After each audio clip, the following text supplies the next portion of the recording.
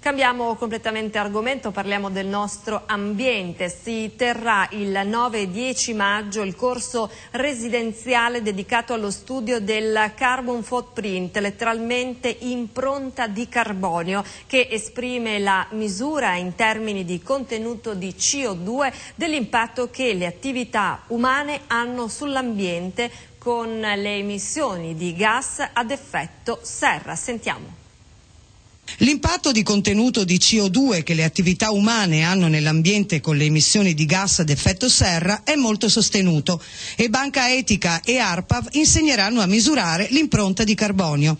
A questo proposito si terrà un corso suddiviso in 2 giorni, il cui slogan è "Ripartiamo dalla terra per non perdere il senso del nostro agire". ARPAV ha organizzato assieme alla rete sul territorio Banca Etica, Fondazione Lanza e altre organizzazioni presenti e operanti qua nel Veneto un corso dove si entrerà nel merito del calcolo della CO2. La CO2 è un indicatore di tipo sintetico che ci permette di confrontare i prodotti e quindi capire chi inquina di più e chi inquina di meno. Ecco, saranno 2 giorni di corso. Come saranno suddivisi?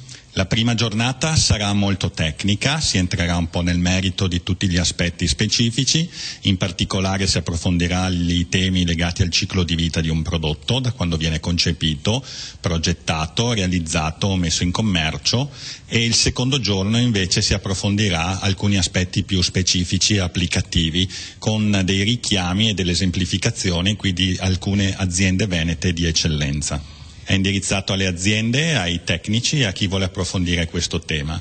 Diciamo, come noi oggi siamo abituati a guardare quando compriamo un prodotto, per esempio le calorie, e quindi confrontiamo per esempio se ci interessa comprare un prodotto con più calorie o con meno calorie, l'obiettivo qui è insegnare a calcolare la CO2 per marcare i prodotti. Quindi ogni prodotto potenzialmente può avere la sua emissione di CO2 e quindi il consumatore fare un confronto e decidere se prendere un prodotto che inquina meno o un prodotto che inquina di più.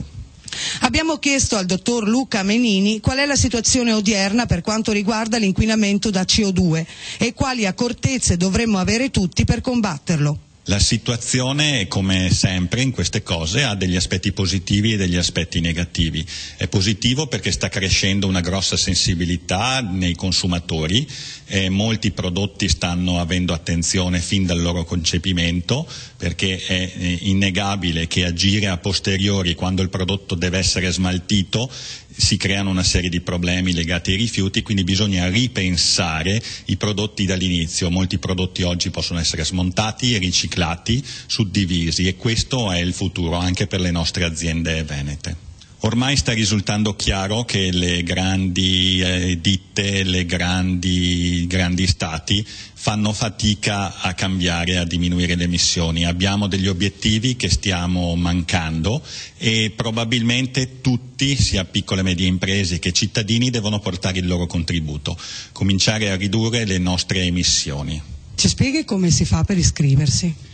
Per iscriversi basta consultare il volantino illustrativo, ci si rivolge alla Costigliola perché il corso sarà fatto a Rovolon, è una struttura immersa nel verde molto bella, molto attraente, si telefona o si manda un'email e ci si iscrive.